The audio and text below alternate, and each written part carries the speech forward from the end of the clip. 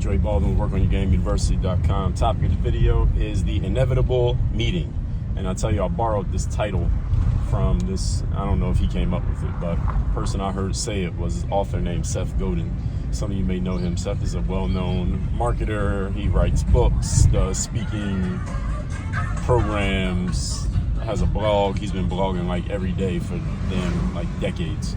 But anyway, he wrote about this in one of his blog posts, and it made me think about it, and something that I thought about before. I didn't first start thinking about it when he said it, but it's important for all of you to consider it, for all of us to consider it all the time. The inevitable meeting is when the person who you aimed to become or hoped to become or planned on becoming meets the person who you actually are.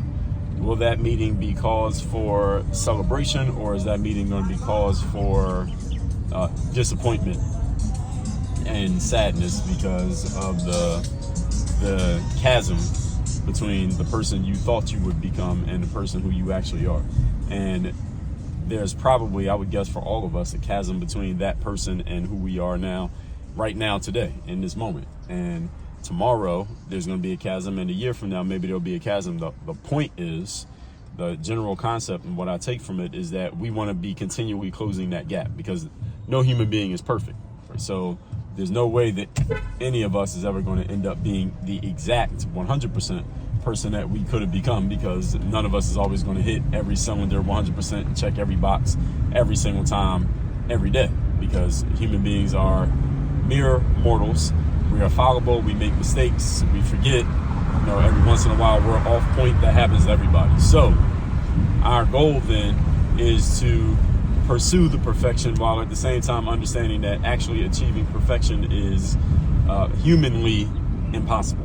It's impossible for any human to achieve perfection, because none of us can be perfect. But we can try.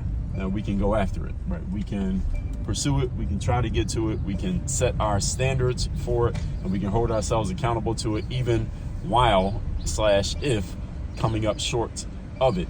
And in that case, we can at least say, I know I put forward my best effort. I know I gave the best that I could possibly give. I did everything that I could do to achieve this goal, and if I end up not hitting it, okay, at least I know I did everything that I could. But if we end up not hitting the goals that we want to hit, or not becoming the person we want to become, and at the same time we have the regret of knowing that we didn't give our best possible effort, see, that eats at you. That is cause for disappointment. That's cause for self-loathing. That's cause for whatever other words you want to use there, when we just feel ashamed of ourselves because we know we didn't even try the best that we could possibly try. And again, I'm giving Seth credit for this because I read him saying this in his blog a couple weeks ago, so it was fresh on my mind. But I've heard many other people talk about this. He is far from the first person to talk about it. A bunch of people talk about it. Athletes talk about it. Entrepreneurs, speakers, motivators, thousands of people have talked about this. So you can take it and take credit for it yourself. I'll take credit for it myself because I talk about it more as well. The overall takeaway from this is, who is the person that you thought you would become? Who is the person who you want to become? Who is the person that your potential says you could or should become? And then compare that person to who you actually are right now, today, and ask yourself, how big is the gap between those two people?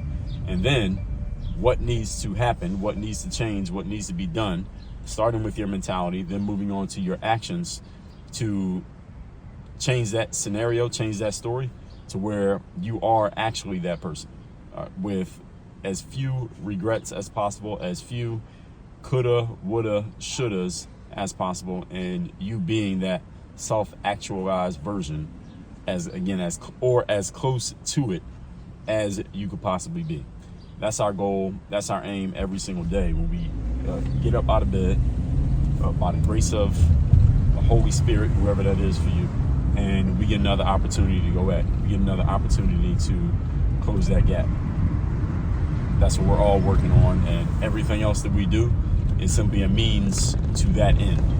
Getting smarter, getting better, exercising, eating food, building relationships, finishing tasks, making lists, etc., setting goals. All of that is all part of the means to the ends of achieving this outcome that I'm talking about right here.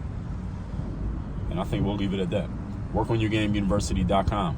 You want to work with me directly, have me working with you directly as your coach to help you close this gap as quickly as possible with a clear plan, system, and accountability to make it happen, starting with the mindset, so you're in the right frame of mind to do this, and motivated and activated and disciplined to do it.